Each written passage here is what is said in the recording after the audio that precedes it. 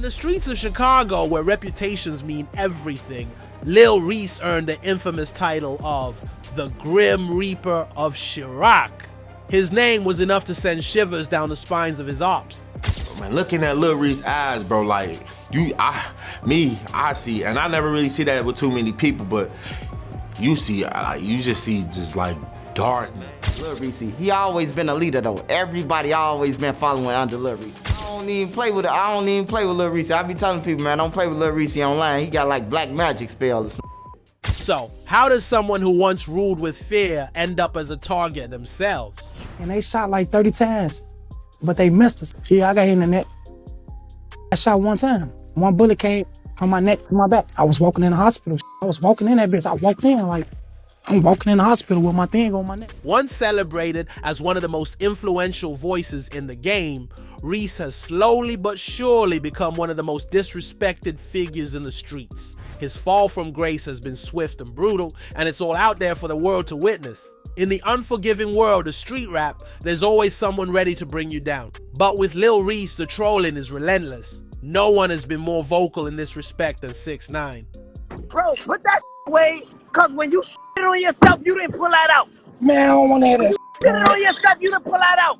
The mockery is personal, aimed at undermining Reese's credibility and reducing him to a joke. This type of disrespect, coming from someone like 6ix9ine, hurts more than just the ego. It's a direct challenge to Reese's authenticity, forcing him to confront the possibility that he's no longer feared, just laughed at. Come here, Reese. Why you didn't pull out the gun when you on yourself? Said, yo, come. He got all his shells because he ain't. Look, you still got all the bullets in your gun.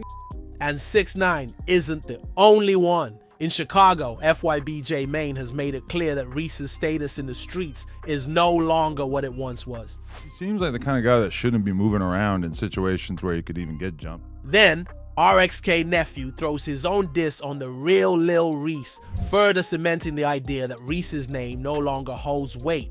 Henny got me like Lil Reese. Bean got me by the like Lil Reese. I don't lost. But constant trolling and public mockery are just the beginning of Lil Reese's downward spiral. In September 2024, his troubles went from the streets to the courtroom, where he found himself involved in a domestic violence incident at the Pink House nightclub in Houston, Texas. The alleged incident occurred when Reese's ex-girlfriend reportedly rejected his advances, which led to an altercation. The woman accused Reese of punching her in the face and strangling her, causing her to struggle to breathe. When police responded to a domestic call involving him, they didn't know they were about to witness one of drill music's most feared enforcers lose everything he built. Like I said, stay over here. What is you doing, man? Stay over here. I'm not gonna be going back and forth with you. Stay over here. I don't care. You see what's going on. Stay over here until I figure all this out. Stay over here. Stay over there until I find out. It's good. You don't have to. Why is he putting me in the cuffs? We gotta detain you, man. You're like you don't want to cooperate. Come on, you don't have to put me in cuffs though, bro. Oh yeah, we do. Damn, man. I was trying to explain it to you over there. I was trying to keep you calm and all that, but I had to call the district attorney at this point. Look, I'm just trying to think, like, how did I violate my protection order? Look, step in there. I'll explain it to you. Step in there. You can wall.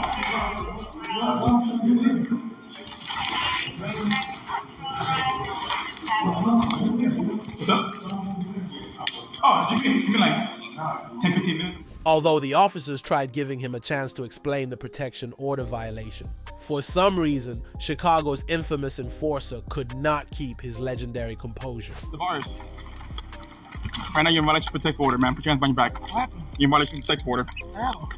Last time I came out here. No, look better. Look how. What I do? I didn't do nothing, brother. You're on the property. I could come here. Right? I could come here. I didn't do nothing. I could come here, paperwork? brother. It's in the house. I promise you. I could come here, brother. I promise you, brother. I wouldn't be right here if I'm not no dummy, brother. I could come here, brother. I got you. I would call my lawyer right now. The FBI had once investigated his ties to multiple unsolved unalivements in Chicago's South Side. Chief Keef had referenced him in Don't Like for his reputation of handling ops personally. Now caught on camera getting pressed over violating a protection order, something unthinkable during his prime in 2012. As one fan commented on social media, "Goofy and unnecessary-ish.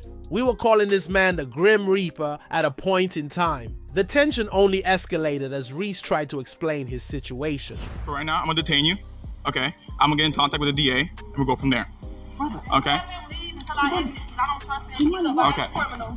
So, like I said, right now. No, he didn't hit me. He didn't hit me. I didn't do nothing to him. Right now, you're in the violation of protective order. I told him that you didn't hit me. I told him you didn't hit me. But right now, you're in the He violation. doesn't have a protective order. I It's don't have gone. one. It's What is you gone. doing? It's over. Just when officers thought he might cooperate, the once feared rapper made a series of decisions that would permanently shatter his image. Young shooters had once competed to impress him.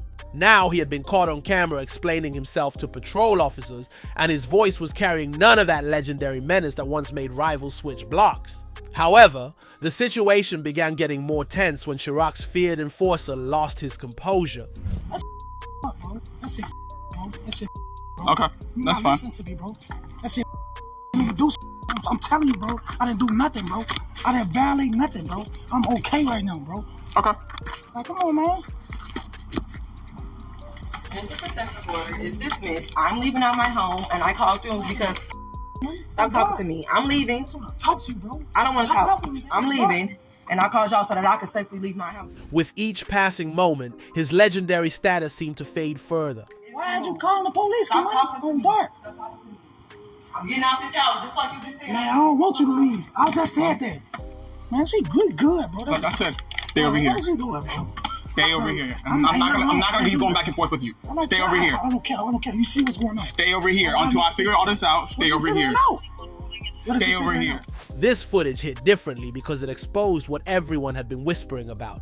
The infamous member of 300, once tied to Chicago's most notorious hits, caught up in petty violations. The same enforcer who had ops checking their backs 24/7 could not handle a basic court order. It was now clear that the Grim Reaper's reputation meant nothing to these officers. Stay over here.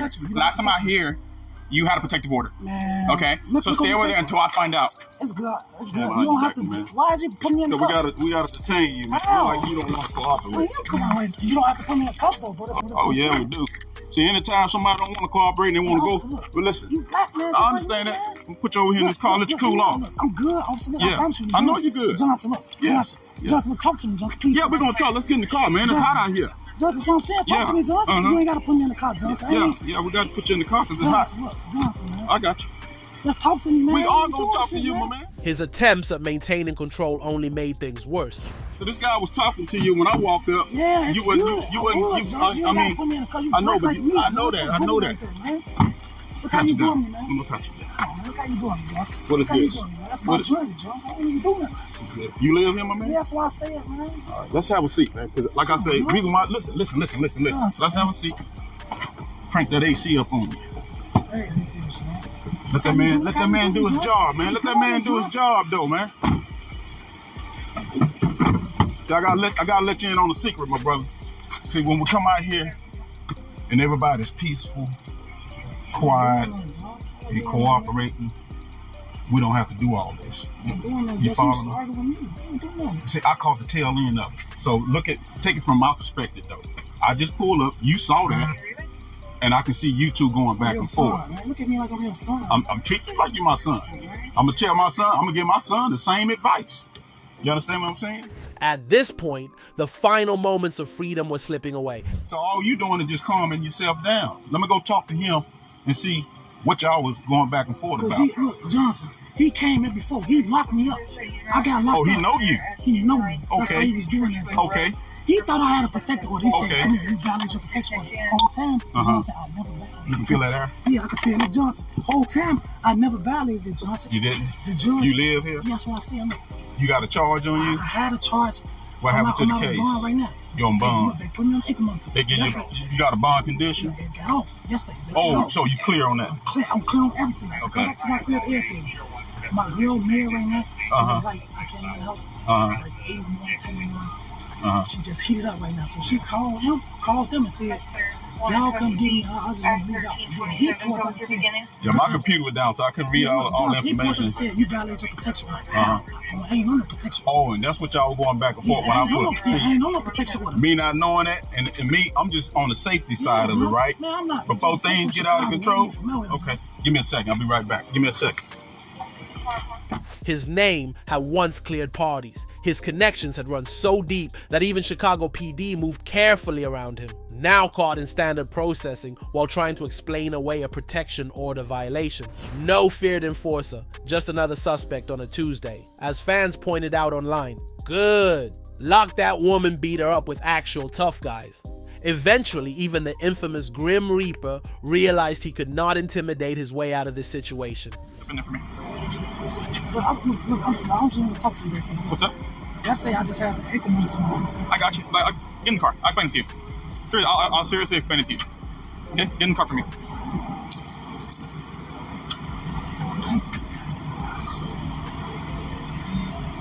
Come on, man. Get in the car for me. Damn, man. I was trying to explain it to you over there. I was trying to keep you calm and all that. But I had to call the district attorney at this point.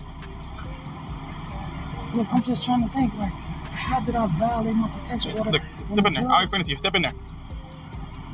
Tavares, come on. Step in there for me, girl. Come on. I'm just saying, though, like, how did I violate it? Like, I'll explain to you once you get in the car. His final attempts at resistance were now fading to desperation. Pick your pants up, you're gonna step in there. Alright? Go ahead. Step in there. did you put them all the way up for me? Go ahead. It's hot. Could you please come back? What's up? Could you come back? Yeah, it's hot in here, man. I got you. I'll turn it on, but you get in there. Alright. Good on you.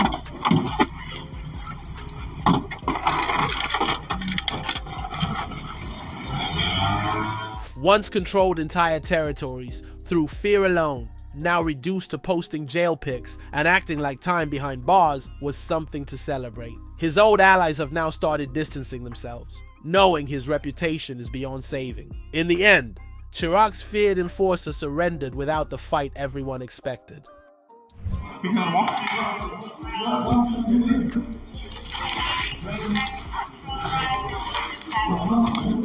What's up? Oh, give me like 10, 15 minutes. I'm taking to get the fingerprints and all that stuff done. And then we'll go from there. But we're at the waist a little bit. And do the AFC and the fingerprints that we did last time. This moment had sealed it for anyone still holding on to his old image. His fall was not just about one incident, it was about losing every ounce of that terror he once commanded. As one fan noted, having to sit down for 5 years in your 30s is insane. The streets don't love nobody. And for the Grim Reaper of Chiraq, that truth hit differently. From having ops duct tape at his name to getting booked on a domestic violence charge, Lil Reese's fall showed that in these streets, today's KR could be tomorrow's victim of the system. Some fans are already speculating about what's next, with one commenting, "We probably see him go live in that H soon everybody got a phone in prison in Texas." Let's talk about Lil Reese for a second. He's earned the name Chiraq Grim Reaper for a reason. Known for his cold demeanor and street reputation, Reese's name carried weight in Chicago's drill scene. He's the guy who survived what others wouldn't, a bullet, beef, and everything in between.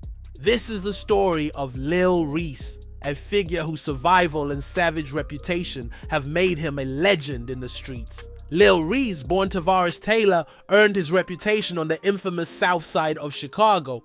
Raised between the Calumet projects near O-Block and the Lamron area, the Black Disciples territory, Reese grew up immersed in a world where survival was a test few passed. You were originally from Calumet Projects? Calumet. Calumet Project. Calumet, yeah, that's the project for 62nd.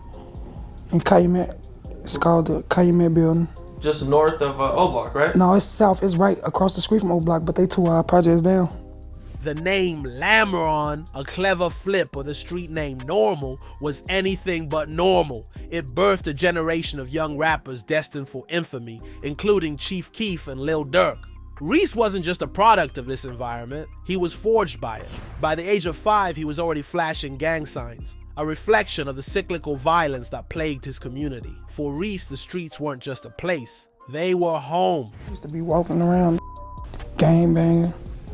That young? Yeah, that young. We was walking around, we ain't had nothing back then, we used to just be walking around. Lil Reese's journey to becoming one of the pivotal figures in Chicago's drill music scene was anything but ordinary. Born Tavares Taylor on January 6, 1993, Reese grew up in a turbulent environment in Chicago's South Side. Surrounded by gang violence, poverty, and limited opportunities, the challenges of his early life were a huge contrast to the global attention he would later command. Yet it was these very struggles that molded his character and inspired the raw, unfiltered lyricism that would define his music. Reese's escape from the chaos came in the form of drill music, a genre characterized by its aggressive beats and unapologetically vivid storytelling. Drill wasn't just a musical style. It was a reflection of the harsh realities faced by Chicago's youth. Alongside Chief Keef and Lil Durk, Lil Reese became one of the key architects of this movement. The trio's music resonated with listeners worldwide, offering an unvarnished glimpse into life on Chicago's streets. For Reese, music wasn't just an art form, it was a lifeline and a voice for a generation that often felt overlooked. One of the standout moments in Reese's career came with the release of his breakout track, Us. At the top, it's just us. The song's gritty narrative and hypnotic flow showcased his talent and earned him a significant fan base. Its success was further amplified when rapper Rick Ross took notice and created a remix of the track. This collaboration not only introduced Reese to a broader audience, but also solidified his reputation as a force to be reckoned with in the drill scene. Tracks like L's B further cemented his standing, with fans drawn to his authenticity and the unflinching honesty of his lyrics. However, the meteoric rise to fame was not without its obstacles. Reese's growing influence and street credibility were both a blessing and a curse. In 2010, he faced burglary charges resulting in 2 years of probation. While legal troubles might have derailed the careers of others, Reese used this as a wake-up call. The experience pushed him to double down on his music, channeling his energy into creating art that resonated with his audience. This renewed focus quickly paid off, as major labels began to take notice of his talent. When Def Jam signed Lil Reese, it marked a turning point in his career. The label recognized the potential of Reese's raw and unfiltered storytelling, seeing him as a key player in the rising drill movement. With the backing of a major label, Reese was no longer just a local sensation. He became a prominent name on the national stage. Yet despite his success, Reese remained deeply tied to his roots, often reflecting on his struggles in his music. His ability to authentically represent the streets while navigating the complexities of fame set him apart in an industry that often sanitizes raw narratives for mainstream consumption.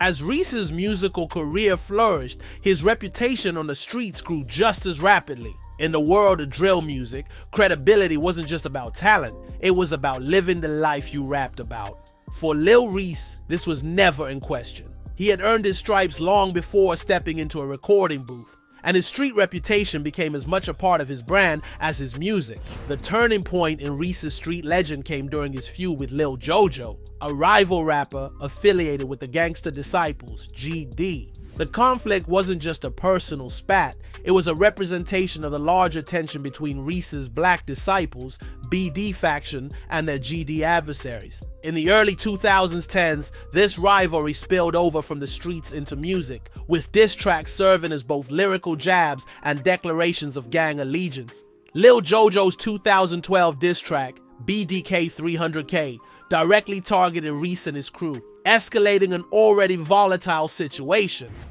These claim 300, but we BDK. Jojo's boldness in calling out Reese and others in his lyrics didn't go unnoticed. He even posted videos of himself driving through BD territory, brazenly taunting his rivals. For many, this was seen as a dangerous provocation in a city where words often lead to violence. The feud took a darker turn when Reese responded on social media. His infamous LOL tweet, sent shortly after Lil Jojo's tragic death in a drive-by shooting, became the stuff of legend.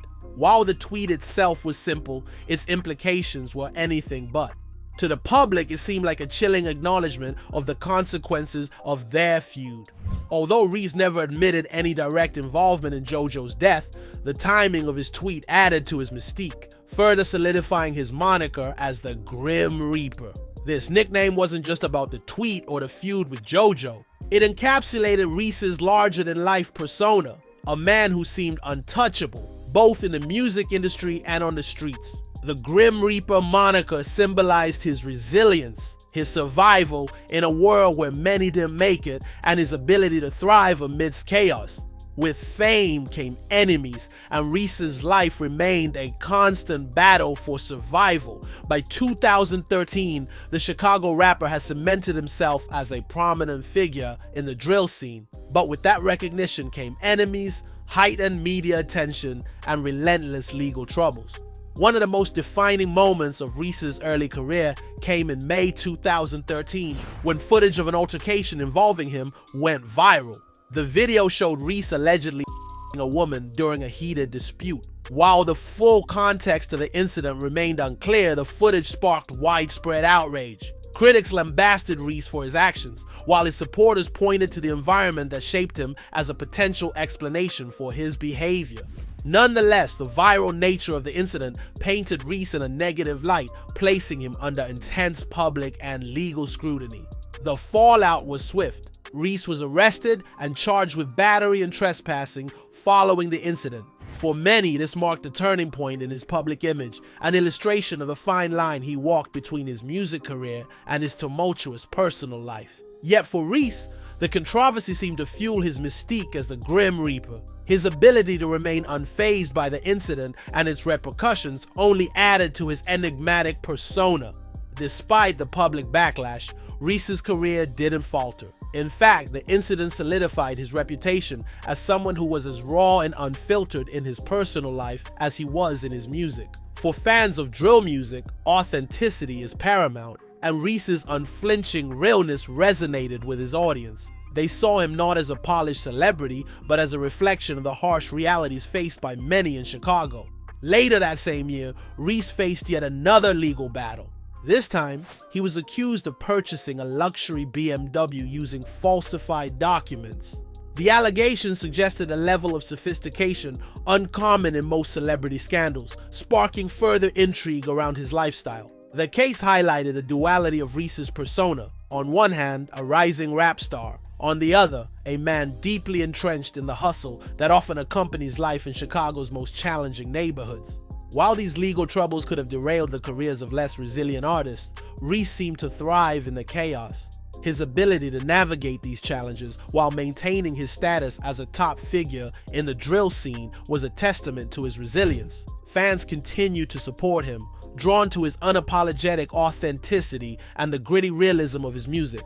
Reese's legal battles also underscored the systemic challenges faced by artists from marginalized communities. His experiences were not isolated incidents, but rather reflections of a broader struggle. For Reese and many others in his position, the transition from street life to stardom is fraught with obstacles. Legal troubles, public scrutiny, and the constant threat of violence are ever present, making the journey to sustained success incredibly difficult. Yet despite these hurdles, Reese remained a dominant force in the drill movement. Tracks like Traffic and collaborations with Chief Keef and Lil Durk continued to garner millions of views, proving that his fan base was unwavering.